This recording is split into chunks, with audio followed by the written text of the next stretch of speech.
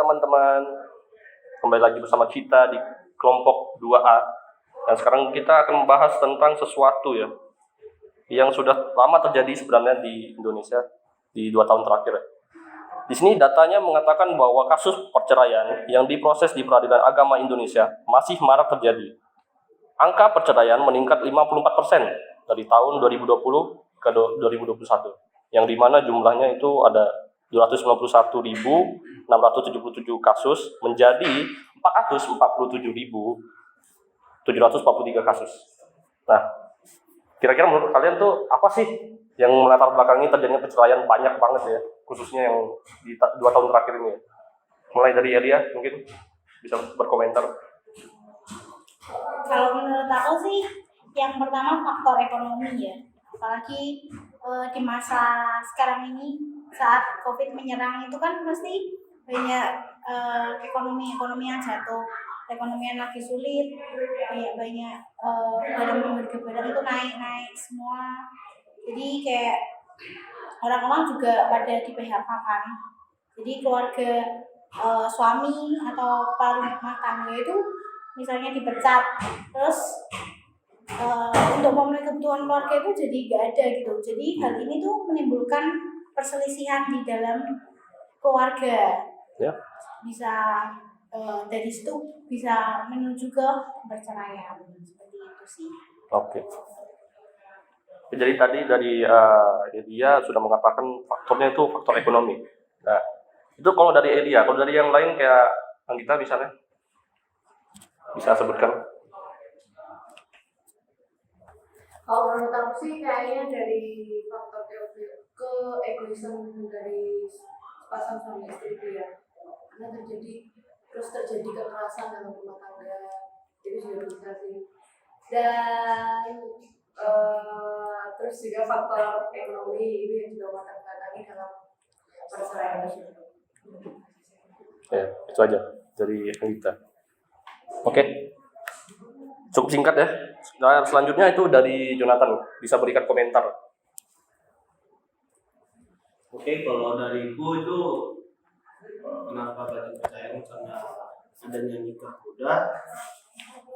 Nikah muda itu disebabkan oleh remaja yang telah memasuki pergaulan bebas. Pergaulan bebas itu dikarenakan kurangnya penghasilan uang, terus banyak melihat situs-situs pornografi yang mereka akan menjadi kecanduan dan melakukan seks di luar nikah dan menjadi nikah muda, dan setelah mereka menikah mungkin juga ujung-ujungnya ke faktor ekonomi. Ya. Itu aja sih. Benar banget ya. Jadi menurut Jonathan tuh karena nikah muda dan juga karena pengaruh dari itu tadi dari browsing media sosial yang gak senonoh gitu. Ya, selanjutnya dari Kak Yunus, bisa berikan komentar. Oke, jadi untuk banyak fenomena yang terjadi, salah satunya perceraian itu, kalau di tempatku sendiri itu ada beberapa ya, di daerah tempat tinggal itu ada beberapa, salah satunya tadi Elia sebutin ekonomi, sama Jonathan yang tentang nikah muda itu ada juga. Dan satu lagi kalau dibilang waktu pandemi ini kan banyak sekali orang-orang yang di rumah saja gitu, jadi mungkin ada faktor selain ekonomi, ada faktor mungkin terlalu sering atau terlalu lama sih berkumpul, itu mungkin ada faktor jenuh juga dari situ.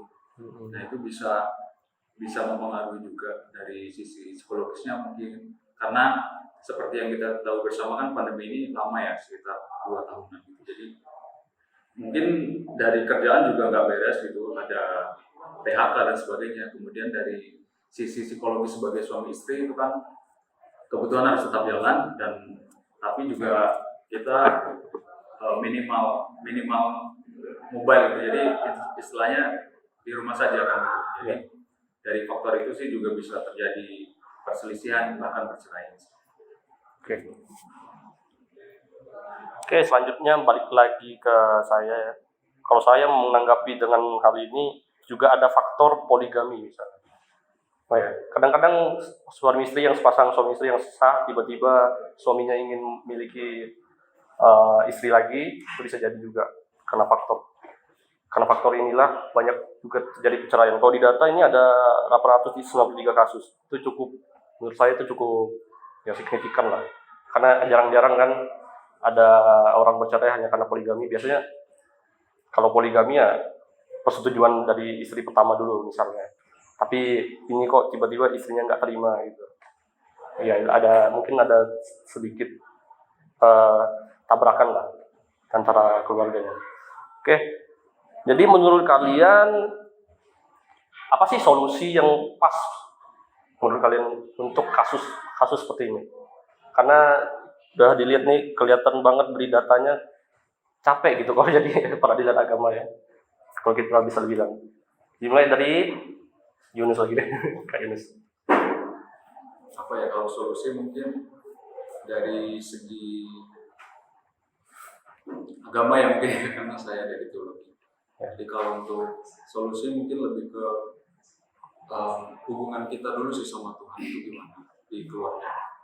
Mungkin dengan pandemi ini memang banyak kita berada di rumah atau mungkin keadaan ekonomi kita kurang baik, kesehatan kita terganggu. Namun dari situ kita bisa mengambil suatu langkah seperti kita bisa bangun misbah keluarga mungkin di rumah yang sebelumnya mungkin pas hidup sebelum pandemi atau pas normal itu mungkin jarang atau bahkan tidak pernah sama sekali, yang membuat kita ya tentu saja kita pasti dekat sama Sang Pencipta, sama Tuhan. Jadi melalui misbah keluarga ini juga hubungan antara keluarga itu bisa semakin erat terbentuk lagi gitu. Jadi kita bisa mengetahui lebih detail lagi tentang keluarga kita mungkin dengan suami istri atau dengan orang tua seperti itu. Jadi dari hubungan yang esensial itu, dari hubungan kita dengan Tuhan yang semakin diperbaiki dengan kita berada di rumah saja, itu mungkin kalau menurut saya sih bisa meningkatkan atau mungkin mengurangi hal-hal yang tidak baik seperti perceraian atau bahkan hal yang lain. Oke, family man banget ya kalau kita lihat. Ini kalau dari pihak cowok nih, kalau dari pihak para wanita gimana coba? Kan kita deh.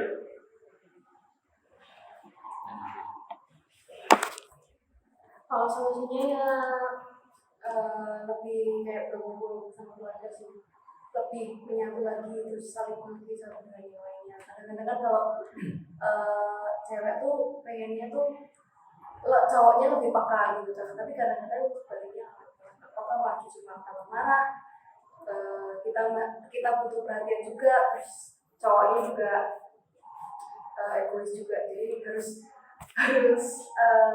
nyatu lah, harus ngerti satu dengan yang lain. Oke, jadi dapat disimpulkan kalau sebenarnya solusinya itu balik lagi ke keluarga masing-masing ya. Lebih baik mencegah daripada mengobati. Sehingga pada akhirnya kan keluarga harus saling mendukung. Istilahnya keluarga itu kayak tim ya, kayak organisasi yang saling melengkapi. Oke, sekian dulu untuk diskusi kita hari ini. Terima kasih teman-teman udah berpartisipasi dalam diskusi kali ini, dan sampai jumpa di pertemuan selanjutnya.